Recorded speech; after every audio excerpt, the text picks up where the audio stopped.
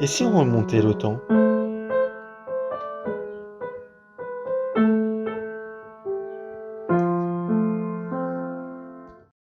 Minutes, c'est la dernière.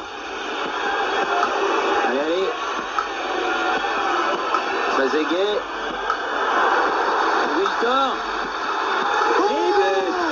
Et à la dernière seconde, Wiltor qui égalise à la toute dernière seconde. 48 minutes et 12 secondes.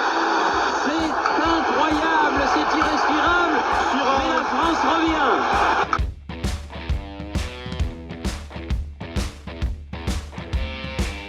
Bonjour à tous et bienvenue sur votre émission Back to News. Aujourd'hui, nous avons la chance de recevoir à nos côtés Johan. Nous allons revenir sur l'Euro 2000 et pour cela, je vous invite à remonter le temps et à vous plonger sur cette finale en particulier. Je suis entouré de Tim. Salut Tim. Salut Yann, salut Estelle, salut Johan. Salut à tous. Johan Mendes, tu es créateur de contenu sur YouTube et tu es footballeur dans le club de foot de Cesson. C'est ça. Est-ce que tu pourrais déjà un petit peu en amont te présenter et dire ce que tu fais dans tes contenus vidéo ainsi que ta passion avec l'équipe de France? Avec plaisir. Donc bonjour, moi c'est Johan du coup. J'ai 23 ans, je suis passionné de foot depuis l'âge de 6 ans. Je fais du foot depuis l'âge de 6 ans également. À Cesson, j'ai arrêté il y a pas longtemps, mais je continue toujours à en faire avec mes amis. Je me suis lancé sur YouTube en décembre parce que j'ai toujours aimé parler de foot, discuter de foot, faire des débats et on m'a toujours conseillé de le faire. Donc j'ai décidé de sauter le pas et de le faire. Et sur cette chaîne YouTube, je traite de l'actualité footballistique.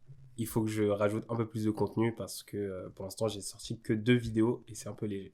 Et donc ta chaîne YouTube, on va donner le nom tout de suite, donc c'est YoYo Nino 21. C'est ça. Ça se prononce comme ça. C'est Yoann Mignon, ouais, c'est ça, très bien. Voilà, merci. Et donc ça sera consacré au football uniquement, ou alors ça peut être ouvert sur d'autres types de sports? Non, pour l'instant, dans un premier temps, ça va être uniquement le football parce que c'est le domaine sur lequel je suis calé. Et pourquoi pas d'autres si je suis calé sur d'autres sports, par exemple le basket à un moment donné ou je ne sais quoi encore. Mais oui, pour l'instant, c'est uniquement sur le football. Un aspect, on va dire, du football en particulier ou tu traites de tout C'est à peu près tout. Je peux parler d'un cas isolé, d'une équipe, d'une compétition. Kylian Mbappé en particulier. Exactement. Je peux parler du mercato d'une équipe. Je peux parler d'une polémique. Je peux parler la polémique avec Griezmann et Dembélé. Exactement. Je vais pouvoir chose très délicate parce que oui, il y a beaucoup de choses à dire. Effectivement sur cette vidéo et beaucoup de répercussions aussi, énormément. Parce qu'il y a les contrats. Exactement. On a vu que Griezmann a perdu son contrat avec Yu-Gi-Oh, il me semble. C'est ça. Et ta passion pour l'équipe de France, tu supportes l'équipe de France? Oui. Depuis combien de temps? Depuis 2006, depuis mes premiers souvenirs de football. Donc mon premier souvenir c'est contre l'Espagne avec le but de Franck Ribéry. C'est le premier souvenir que j'ai. Ensuite c'est contre le Brésil. Il faut savoir que moi j'aimais les deux équipes, donc c'était un peu compliqué, donc forcément j'allais être triste. Et après c'est contre l'Italie et le coup de boule. Et donc le but en fait de sortir cette chaîne YouTube, c'était juste par passion, c'est ça? C'était pour Exactement. partager ta passion à tous les autres fans de football. Exactement, parce que mes amis sont un peu fatigués qu'à chaque fois qu'on se voit, on débatte sur le foot. Donc ils ont dit, fais une chaîne YouTube et ils nous embêtent plus avec ça. Pour revenir sur ce que tu disais, Estelle, les contenus de ce type-là, c'est très intéressant quand tu es supporter de foot parce qu'effectivement, comme il disait, là on va rentrer en période de mercato, donc voilà, et ça permet plein de discussions internes entre fans de foot. Effectivement, Exactement. On fait nos débats. Ouais. Il y a de quoi faire des interactions et c'est ça. Puis on peut aussi changer notre vision des choses. Je trouve ça intéressant. Il y a plein de choses où j'avais des idées reçues et en écoutant certains youtubeurs, je me dis ah oui, finalement, j'avais pas vu la chose comme ça.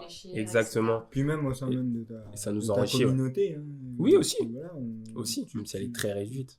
Oui, ouais. Il suffit que quelqu'un regarde tes débats, il est supporter de l'équipe dont tu as fait le mercato en question, il te dit moi je voyais plutôt les choses comme ça. Par exemple, je sais pas si tu as déjà donné ton avis sur un départ ou une arrivée par exemple. Pas encore, mais ouais, effectivement là, comme on est en pleine période de mercato, c'est possible que je fasse une vidéo sur ça. Et que quelqu'un dise moi je trouve que c'est un bon point alors que toi tu dis le contraire dans ta effectivement. vidéo, tu vas réfléchir.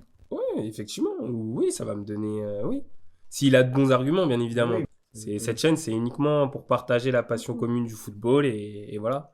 Comme on dit hein, souvent, c'est Élargir son horizon. Le maillot il change, Mais la passion reste la même. Mais la passion reste la Exactement. même. Les footix, il y en a beaucoup. Justement, on va un petit peu redonner un petit peu le sourire aux supporters français parce que récemment, on a eu un peu le moral dans les chaussettes. J'ai envie de dire, Exactement, on s'est fait et éliminer la par la Suisse, Donc, pourquoi en fait on a choisi en fait la finale de l'Euro 2000 Parce qu'il y a 20 ans, 21 ans, l'équipe de France arrivait en finale de l'Euro. Et je voulais savoir un petit peu, toi, ton ressenti quand on parle de l'Euro 2000. Pourquoi on dit que la finale de l'Italie, c'est un moment d'anthologie? Je pense que c'est dû au fait qu'on était beaucoup plus proche du 2-0 que de l'égalisation, je pense, la première des choses.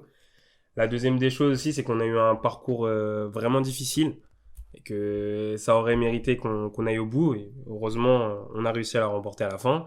Et oui, le but tardif de Wiltord aussi, voilà, sur une passe de Trezeguet. Ils ont pris l'initiative, c'est que la fatigue a commencé à se faire sentir côté Transalpin. Pires, oui, il est passé, centre en retrait, et but de Trezeguet, le but en or, Trezeguet l'a marqué à la 13e minute, un peu moins parce qu'il y a eu le long arrêt de jeu, disons à la 10e, mais c'est le but en or, et il est signé Trezeguet. Il l'a mis vraiment à la dernière seconde. 38 minutes, c'est la dernière. Allez, allez. Trezeguet. Wiltord. Et but. Et à la dernière seconde, Wiltord qui égalise à la toute dernière seconde. 48 minutes et 12 secondes. C'est incroyable, c'est irrespirable. Mais la France revient. Et après ça, je pense que tous les fans français, et peut-être les autres fans également, qui sont pas français, mais qui supportaient l'équipe de France pour X ou Y raison, se sont dit que là, effectivement, oui, la France, après ce but-là, ça pouvait que de la gagner, pouvait que la remporter. Et donc, en effet, si on remet un petit peu les choses dans leur contexte, parce que c'est vrai qu'on était, pour certains, juste nés. Exactement. Pour faire une petite piqûre de rappel, dans quel pays s'est déroulé, en fait, l'Euro 2000 ? La Belgique et le Pays-Bas, les deux. C'était la 11e édition. Ouais, voilà. C'est ça. Donc, quelles ont été, en fait, selon toi, les chances de l'équipe de France ? Est-ce qu'il y avait vraiment beaucoup de chances pour qu'elle gagne ? Honnêtement, oui, parce que ça sortait ils sortaient d'un sac de champion du monde. Pendant le sac en 98, autant on les attendait pas, autant là, ils étaient énormément attendus parce qu'ils avaient un certain statut. Il y avait des jeunes joueurs aussi qui venaient d'arriver. Je pense à Thierry Henry, qu'on ne présente plus. Je pense à Nicolas Anelka, qui certes n'a pas eu la carrière à la hauteur de son talent, mais qui à ce moment-là a été considéré comme l'une des plus grandes pépites de sa génération. Je pense à Trezeguet aussi. Et il y a eu des cadres, il y avait Laurent Blanc, il y avait Deschamps, Zinedine Zidane, forcément, qui est considéré comme, pour la plupart, comme le meilleur joueur de l'équipe de France, même si il y a un débat avec Platini. Et voilà, il y avait Vieira aussi également, il y avait Barthez. Donc la France avait toutes ses chances. Je pense que oui, c'était le grand favori, pas le seul, mais le grand favori, oui, effectivement. Et tu l'as déjà un petit peu évoqué, mais est-ce que tu pourrais rappeler un petit peu le contexte d'avant compétition? Parce que la France a changé de sélectionneur. Oui. Tu as déjà parlé un peu du parcours, mais dès les phases de groupe, on était dans un groupe assez compliqué. Effectivement, il y avait le Danemark, il y avait la République tchèque et il y a le Pays-Bas qui ont réussi à nous battre. Parce qu'on avait décidé de tourner pour essayer de créer une effervescence autour du groupe, que tout le monde se sente concerné, que tout le monde moule le maillot pour éviter, par exemple, vous savez, un remplaçant, il peut très vite se sentir inutile, entre guillemets, de se dire je joue aucun match, je suis là que sur le banc, etc. Et c'est pas une bonne chose pour la cohésion de groupe, parce que ça peut créer des tensions. Et là, ça n'a pas été le cas. Ça a été un parti pris gagnant puisqu'on l'a remporté, même si on est arrivé deuxième. Je pense qu'il y aurait une lecture différente de cette approche-là si on n'avait pas remporté l'Euro. Mais là, en l'occurrence, on l'a remporté. Donc du coup...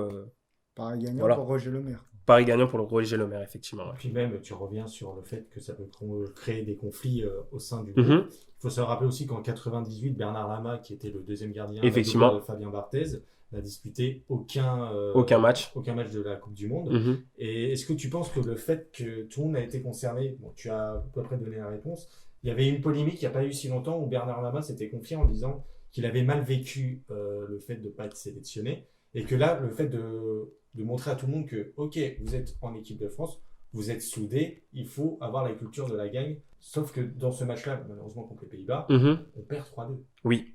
Et pour revenir aussi là-dessus, Mhm. donc Roger Lemaire, il a sélectionné des joueurs pendant cet Euro. Quelle était l'équipe type alignée par le sélectionneur? Est-ce qu'il y a une équipe qui ressortait souvent dans les compositions d'équipe? Déjà, la défense, elle bougeait pas. C'était De Sailly, c'était Laurent Blanc, c'était Lilian Thuram qui jouait à droite Oui. et c'était Vicente Lizarazu.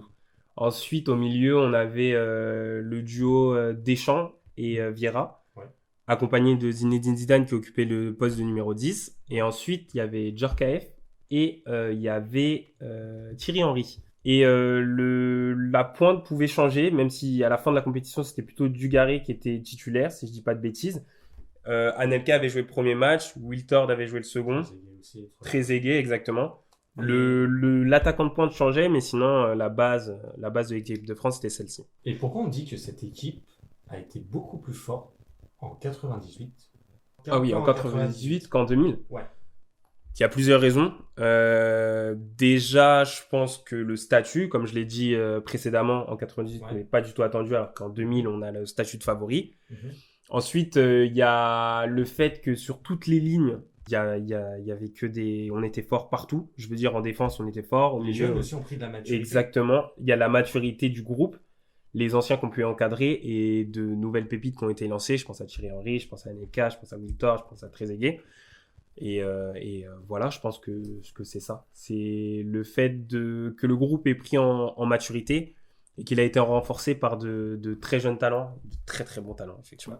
Je vais faire une petite digression pour revenir un peu sur ce que Mhm. tu disais, mais je pense que c'est plutôt le deuxième point, la maturité, que le point, ça après c'est mon avis personnel, Oui, oui. que le point d'être fort sur toutes les lignes. Ah oui, parce que, je pense. Parce que c'est pas vraiment le sujet, mais en 2002, on était fort sur toutes les lignes. Oui, on se fait et on éliminer, fait zéro c'est vrai. pointé. C'est vrai. Avec le meilleur buteur de Serie A, le meilleur buteur de Première Ligue, le meilleur buteur... Non, je suis d'accord. Voilà. C'est vrai qu'il faut une cohésion de groupe aussi. C'est vrai que c'est ce qu'on reproche peut-être pour faire le parallèle avec 2021. Peut-être ce qui se dit dans la presse, qu'il n'y avait pas autant de cohésion cette année, qu'il y avait des fissures, qu'il y avait des cassures. Donc oui, je suis totalement d'accord aussi, la maturité, effectivement. Et c'est vrai qu'on parlait de Bernard Lama tout à l'heure qui disait qu'il avait mal vécu le fait qu'il n'avait pas joué une minute.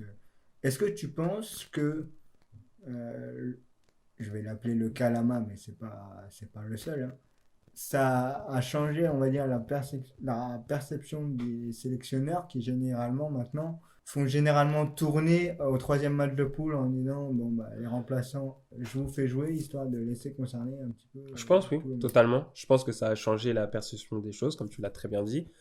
Je vais prendre l'exemple de Florian Thauvin qui se plaignait de ne pas avoir joué une minute durant les phases de poule en 2018. Didier Deschamps l'a mis contre l'Argentine, il me semble.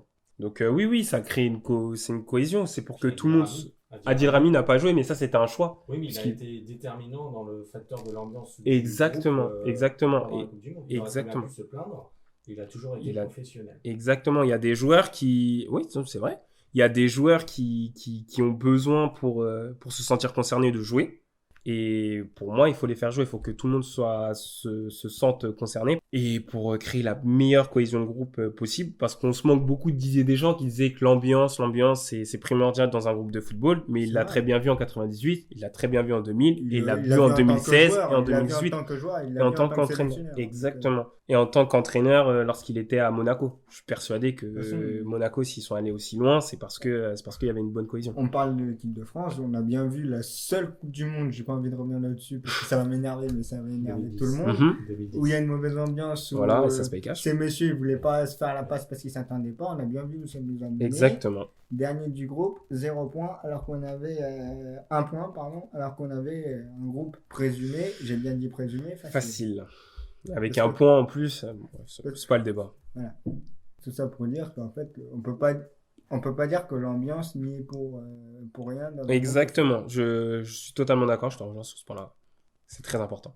Donc, si on revient un petit peu sur cette période donc, de l'Euro 2000, quel est le parcours de l'équipe de France, du coup, à ce moment-là, après les phases de poule, sachant qu'ils ont fini 2e du classement et affrontent l'Espagne en quart de finale de la compétition, puis le Portugal en demi-finale. Oui, effectivement, ça a une incidence parce qu'il me semble que si on finit premier, on affronte la Turquie. Donc oui, ça a une influence parce que l'Espagne, autant c'est pas l'Espagne de 2008, mais ça reste un grand favori de la compétition. Donc oui, on l'emporte 2-1, et ensuite on affronte les Portugais qui, pour beaucoup, étaient le deuxième grand favori et avec une génération dorée, notamment avec Figo qui finit Ballon d'Or cette année-là. Beaucoup pensent que les Portugais méritaient de gagner. Bon, après, chacun son avis. Moi, je pense pas. Je pense que si la France a gagné, c'est qu'elle le méritait, notamment grâce à un immense Zinedine Zidane. On l'emporte en prolongation sur un penalty marqué par Zidane, justement. Est-ce que tu peux juste faire une petite parenthèse aussi et expliquer que pendant cette période donc, de 98 à 2000, il y a eu la règle du but en or. Oui, effectivement. Est-ce que pour ceux qui peut-être écoutent le podcast, n'y connaissent rien en foot, est-ce que tu peux expliquer vite fait quelle était la règle du but en or à l'époque? Alors ça a été lancé durant les matchs à élimination directe. C'est important de le dire parce que ça n'a pas lieu lors des phases de poule. C'est lorsque les deux équipes n'ont pas réussi à se départager durant les 90 minutes, il y a des prolongations. Et donc, du coup, durant ces prolongations, il y a ce qui a été mis, c'est le système de but en or, pardon. C'est la première équipe qui marque, remporte la victoire. Donc, du coup, il n'y a pas la possibilité pour l'équipe qui a concédé le but de revenir au score, puisque c'est la première équipe qui marque, qui gagne. Je me permets de faire une précision, parce qu'en fait, on s'est trompé dans ce qu'on vient de dire. On n'aurait pas affronté la Turquie en cas de première place, on a affronté la Yougoslavie. Voilà. Juste histoire d'être clair. Histoire d'être précis pour les gens qui nous écoutent. Effectivement, ça aurait été Yougoslavie, Italie en demi. En tout cas, voilà, il y aurait eu une confrontation Italie-France. Une confrontation Italie-France potentiellement en demi. Mais en tout cas, le parcours était présumé plus simple en terminant premier de la poule que de la deuxième. Et pour revenir un petit peu aussi sur l'Euro, Tim, je crois que tu avais une question à poser au sujet du meilleur joueur français dans cette équipe, Zinedine Zidane. Zidane était quand même assez attendu en 2000 suite à sa performance en 98. Est-ce qu'on peut considérer que il a tenu son rang? Oui, il finit meilleur joueur de la compétition, meilleur joueur français, leader technique. Donc oui, côté de Djorkaeff aussi qui l'accompagnait en attaque. Donc oui, on peut dire qu'il a absolument tenu son rôle de leader de l'équipe de France. Il a fait à merveille. Il est resté une figure en fait, Exactement. C'est surtout qu'il est monté en puissance, chose qu'il n'avait pas fait en 98. Parce que on juge l'Euro de 2000 de Zidane au top de sa forme, 98, heureusement qu'il met ses 2 buts en finale. Parce qu'en général, il n'a pas été bon du tout dans ce mondial, il a été assez muet. Ouais, je suis plutôt d'accord avec ça. Ouais. Il était au sommet de son art lors de l'Euro 2000. Il aurait très bien pu prétendre au Ballon d'Or. Il finit second, c'est un choix. Voilà. Figo a fait une excellente saison aussi, il mérite son Ballon d'Or. Donc oui, effectivement, il était au sommet de son art. Donc pour revenir ensuite sur le parcours, on va évoquer la finale de l'Euro. Donc tout à l'heure contre l'Italie, tu as plus ou moins dit que ce match il a été assez important parce qu'au vu du scénario du match, c'était assez compliqué de revenir en score. Est-ce que, petite parenthèse, quand tu jouais au foot, est-ce que ce genre de match a été évoqué quand vous étiez sur le terrain? En disant, par exemple, tant que l'arbitre n'a pas sifflé la fin du match. Oui, effectivement. Ouais. Si, il a été pris en exemple. Il a été pris en exemple, ce match-là, comme d'autres. Et je pense que maintenant, la génération qui arrive après, c'est plutôt la remontada, par exemple. C'est de dire qu'un match n'est jamais fini tant que l'arbitre n'a pas sifflé n'a pas donné le coup de sifflet final. Donc oui, c'est très important de rien lâcher, de toujours tout donner jusqu'à la 90e minute et plus s'il y a du temps additionnel, pardon. Donc oui, il a été pris en exemple et voilà, c'est le parfait exemple d'un retournement de situation. Et inversement aussi pour les Italiens, c'est que si on tue pas un match lorsque l'on domine, si on concrétise pas les actions lorsqu'il faut les concrétiser, on se fait punir. Ceci grâce à Barthez, parce qu'il fait Exactement. des parades Exceptionnelles. hyper importantes. Et à 2-0, ça change complètement le match. Et puis, on oublie quelque chose. Roger Lemaire, il fait 3 changements Effectivement. qui Bascule le match. Effectivement, coaching gagnant. Souvent, la place de l'entraîneur est sous-estimée. Quand ça gagne, c'est les joueurs. Quand ça perd, c'est le coach. Et ben là, pour le coup, ça a été le coach qui a fait 3 changements magnifiques. Trezeguet, Wiltord et Pires, qui sont à l'origine de l'égalisation et ou du but en or. Est-ce que finalement, c'est pas, entre guillemets, l'illustration d'un problème de riche qu'avait, entre guillemets, l'équipe de France, c'est d'avoir 2 équipes, on va dire, au sein du groupe, 2 équipes 100% compétitives, où finalement, on l'a bien vu avec les entrants de la finale, où même les remplaçants auraient pu prétendre à une place de titulaire, Trezeguet en tête, parce que effectivement les 3 qui sont rentrés, Trezeguet, Wiltord et Pires ont pesé sur la considérable fin de sur le match, parce que ils sont rentrés avec leur aisance technique et leur fraîcheur physique. Je pense que c'est à double tranchant. Justement, si on n'arrive pas à comme insuffler un esprit de groupe, effectivement, il y a des joueurs qui peuvent se sentir biaisés et donc de pas jouer, de pas avoir assez de minutes de jeu et donc qui peuvent créer une cassure dans le groupe. Ou inversement, là, ça a été le cas. Tous les joueurs se sentent concernés. Même si tu joues pas à tes remplaçants, tu sais que tu vas apporter ta pierre à l'édifice. Et là, pour le coup, ça a été le cas. Que ce soit pour l'égalisation ou pour avoir marqué le but en or. Donc oui. C'est pas vraiment une question, mais c'est plutôt un rebond sur l'actualité, parce que tu sais maintenant que l'Euro 2021, on avait le droit à 5 changements au lieu de 3, c'est ça. 3 et un de plus en temps de prolongation. Plus un changement additionnel en cas de prolongue. Quand on voit le changement de physionomie que peut avoir un match suite au remplacement, je voulais avoir ton avis sur premièrement sur cette règle des 5 changements, et deuxièmement ton sentiment sur le fait que certains coachs ou sélectionneurs sont encore réticents à dire frileux à faire 5 changements, parce que des fois on voit 82e, il y a toujours 1 ou 2 changements qui sont faits, alors que finalement tu as plus de jokers que ça, quoi. Bien sûr.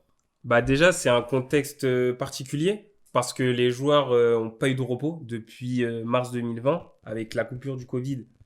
Surtout ceux qui ont participé au Final 8, ils n'ont pas du tout eu de vacances. Donc on a vu qu'il y avait énormément de blessures cette saison. Énormément de blessures. Plus pour faire tourner. Justement, donc c'est pour ça qu'on a mis en place les 5 changements. Après, je pense que d'une part, les entraîneurs, ils sont peut-être réticents à la nouveauté. Ils ont été habitués à 3 changements. La plupart du temps, les coachs n'utilisent... Ils ne font même pas les 3. C'est ça. La plupart du temps, exactement. La plupart du temps, les coachs n'utilisent même pas ces 3 changements. Et aussi, 5 changements, ça peut casser une dynamique de jeu, la dynamique de l'équipe. Il y a ça aussi à prendre en compte. C'est qu'un changement, ça peut apporter énormément de bienfaits. Autant, ça peut casser la dynamique du jeu. Je pense au Danemark qui utilise la plupart du temps ces 5 changements, qui les a très bien utilisés et qui auraient même pu arriver au bout. On ne va pas revenir sur le match qui s'est déroulé contre l'Angleterre. Et il y a le coach anglais qui, lui, a pris le parti de ne pas faire beaucoup de changements, de ne pas faire beaucoup tourner son équipe. Chacun a sa vision des choses. J'aime pas dire que le vainqueur aura raison, mais un peu quand même. Après, c'est pas les mêmes effectifs. C'est pas les mêmes conditions de jeu, c'est pas les mêmes joueurs, c'est pas les mêmes animations aussi. Le Danemark, le jeu proposé par le Danemark, ça demande énormément d'énergie. Donc du coup, fatalement, il faut remplacer les joueurs qui sont cuits, parce qu'un joueur qui est cuit, ça sert absolument à rien de le garder. Voire c'est pire, parce qu'il va perdre l'utilité, il va perdre des erreurs techniques. Exactement. Et potentiellement, ça peut faire but derrière. Exactement, il peut mettre en danger son équipe et ça peut faire concéder l'équipe peut concéder une grosse occasion, voire un but dans le pire des cas. Et voilà.